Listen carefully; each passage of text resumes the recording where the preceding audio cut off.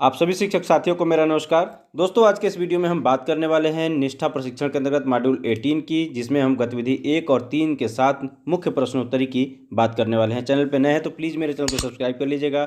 इस तरह के वीडियो से अपडेट रहना चाहते हैं तो बेल आइकन को अवश्य प्रेस कर लीजिएगा। चलिए दोस्तों, आज का वीडियो शुरू करते हैं। दोस्तों, हम शुरुआत करते हैं गतिविधि 1 के प्रश्नों से। अधिकार बनाम आवश्यकताएं, इच्छाएं। इस एरो पर जैसे ही आप क्लिक करेंगे तो पहला प्रश्न आपकी स्क्रीन पे, अच्छा स्वास्थ्य पीने के लिए स्वच्छ पानी, भोजन, एक स्वच्छ और सुरक्षित वातावरण का होना और उन्हें सुरक्षित रहने के लिए जानकारी देना प्रत्येक बच्चे का अधिकार है। तो ये कथन दोस्तों बिल्कुल सही है। आप सही पे क्लिक करके नेक्स्ट प्रश्न पे चलेंगे। अगला है दोस्तों, सभी अधिकार किसी ज़रूरत या चाह से संबंधित नहीं है। तो ये गलत वाक्य है दोस्तों, आप गलत पे टिक करेंगे। नेक्स्ट, विकास के अधिकार में शामिल है विश्राम का अधिकार, मनोरंजन और संस्कृति का अधिकार। और जब हम एक बच्चे को साइकिल प्रदान करते हैं तो हम उस अधिकार को पूरा कर रहे हैं। बिल्कुल करेक्ट वाक्य है दोस्तों, आप सही पे इसमें क्लिक करके नेक्स्ट पे चलेंगे। बच्चों को जानने, खोजने और उन्हें दूसरों के साथ साझा करने का अधिकार है, कला और लिखने या किसी अन्य माध्यम से। तो ये बिल्कुल करेक्ट है। इस सही पे आप क्लिक करके नेक्स्ट पे चलेंगे। अगला दोस्तों, बच्चों की राय परिपक्वता या अनुभव पर आधारित नहीं है और इसलिए उनके मत को उनके संबंध में नहीं लिया जा सकता। तो ये गलत वाक्य है दोस्तों, गलत पे आप क्लिक करके नेक्स्ट पे चलेंगे। और इस तरह से आपके 5 प्रश्न पूरे हुए दोस्तों। टोटल क्वेश्चन 5, क्वेश्चन आंसर्ड आपने किए हैं 5। अब सबमिट बटन पर क्लिक करके देखते हैं कितने अंक आते हैं। और यहाँ सबमिट पे हमने क्लिक कर दिया है और आप देख सकते हैं 5/5, यानी कि आपके पाँचों जो आंसर थे वो सही हैं।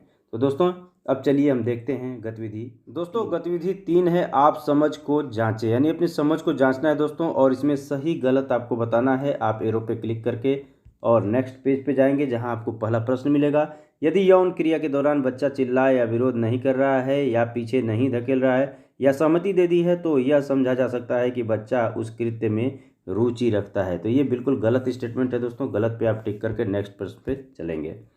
अगला है दोस्तों, यदि बच्चा दुरुपयोग की रिपोर्ट करने के लिए तैयार नहीं है तो हम मदद नहीं कर सकते। तो ये गलत स्टेटमेंट है दोस्तों, हम बिल्कुल मदद उसकी कर सकते हैं। गलत को सेलेक्ट करके नेक्स्ट पे चलते हैं। लैंगिक शोषण आमतौर पर अंधेरे परित्यक्त स्थानों में होता है, ये आवश्यक नहीं है। ये गलत स्टेटमेंट है। गलत को सेलेक्ट करके नेक्स्ट पे चलते हैं। अगला है दोस्तों, जब भी कोई बच्चा आपसे लैंगिक शोषण के बारे में बात करता है तो यह महत्वपूर्ण है कि आप सूचना के सत्यापन के लिए कथित शोषणकर्ता से बात करें। तो ये भी गलत कथन है दोस्तों, कोई आवश्यक नहीं है कि आप किसी से बात करें। गलत पे सेलेक्ट करके नेक्स्ट पे चलते हैं।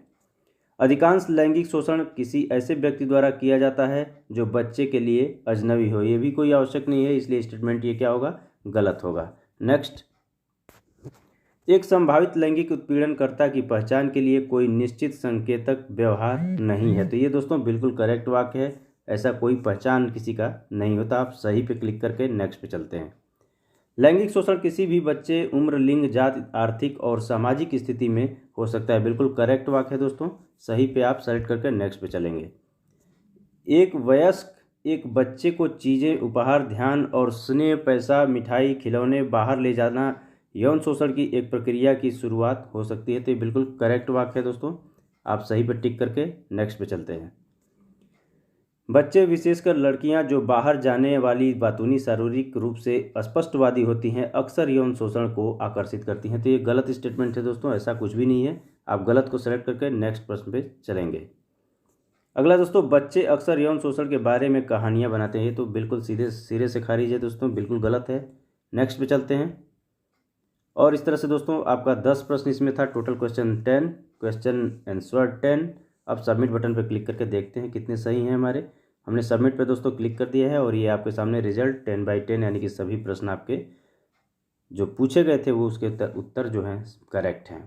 तो इस तरह से दोस्तों यहाँ पे गतिविधि 3 समाप्त होती है। चलिए दोस्तों, अब हम देख लेते हैं प्रश्नोत्तरी को। प्रश्नोत्तरी का पहला सवाल आपकी स्क्रीन पे है, किसी बच्चे को नग्न चित्र दिखाना, ये किसके अंतर्गत आएगा। तो चारों विकल्प दिए गए हैं। इसमें से दोस्तों जो तीसरा विकल्प है लैंगिक शोषण, ये आपका करेक्ट आंसर होगा। नेक्स्ट, कृत्य कब एक गुरुतर अपराध बन जाता है। तो दोस्तों जो आपका करेक्ट आंसर होगा वो होगा पहला ही ऑप्शन, जो व्यक्ति विश्वास या अधिकार की स्थिति में हो, कृत्य उसके द्वारा किया गया हो।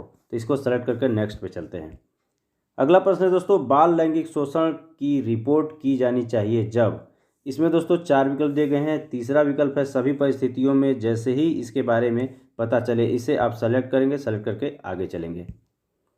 अगला प्रश्न दोस्तों, बाल लैंगिक शोषण से होता है। इसमें 4 विकल्पों में दोस्तों लड़के और लड़कियों दोनों से होता है। ये पहला विकल्प आपका करेक्ट होगा, इसे आप सेलेक्ट करेंगे। नेक्स्ट देखते हैं। अगला है दोस्तों, बाल लैंगिक शोषण हो सकता है क्योंकि। इसमें 4 विकल्प दिए गए हैं। यहाँ पे आप देख सकते हैं जो सेकेंड नंबर है, कारणों का अनुमान नहीं लगाया जा सकता, ये आपका करेक्ट आंसर होगा। नेक्स्ट, उत्तरजीविता अधिकार में शामिल है। तो दोस्तों उत्तरजीविता अधिकार में जो शामिल है वो है भोजन, कपड़ा और आश्रय, इसे आप सेलेक्ट करके नेक्स्ट प्रश्न पे चलेंगे।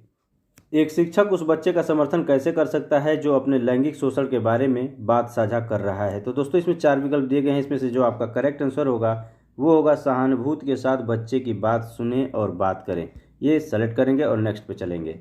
अगर आपको बच्चे के साथ हुए किसी भी लैंगिक अपराध के बारे में पता चलता है तो आप किसे रिपोर्ट करेंगे। तो इसमें दोस्तों 4 विकल्प दिए गए हैं। इसमें आप जो पुलिस/SJPU है, ये आपका करेक्ट आंसर होगा, इस पर क्लिक करके और नेक्स्ट पे चलेंगे। बच्चा कौन है, कोई भी व्यक्ति 6 वर्ष की आयु से कम, 14 वर्ष की आयु से कम, 18 वर्ष की आयु से कम, 16 वर्ष की आयु से कम। तो दोस्तों जो 18 वर्ष से कम आयु के होते हैं उन्हें बच्चा कहते हैं, इस पर क्लिक करके नेक्स्ट चलेंगे। कौन सा अधिनियम बाल शोषण अपराधी को दंडित करने के लिए विशेष कानून है। तो आप जानते होंगे दोस्तों, जैसा कि टॉपिक में भी दिया हुआ है, पॉक्सो अधिनियम 2012, ये आपका करेक्ट आंसर होगा। नेक्स्ट, और यहाँ पे 10 प्रश्न पूरे हो गए दोस्तों। टोटल क्वेश्चन 10 आंसर्ड किए हैं आपने 10, और यहाँ सबमिट बटन पर क्लिक करके देखते हैं कितने प्रश्न सही होते हैं। सबमिट पे हमने क्लिक कर दिया है और ये स्क्रीन पे आपके सामने रिजल्ट दिखाई दे रहा है। 10/10 आपके सभी प्रश्नों के उत्तर सही हैं।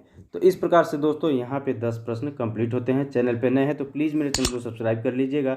इस तरह के वीडियो से अपडेट रहना चाहते हैं तो बेल आइकन को अवश्य प्रेस कर लीजिएगा। मिलते हैं नेक्स्ट वीडियो में नेक्स्ट टॉपिक के साथ, तब तक के लिए नमस्कार।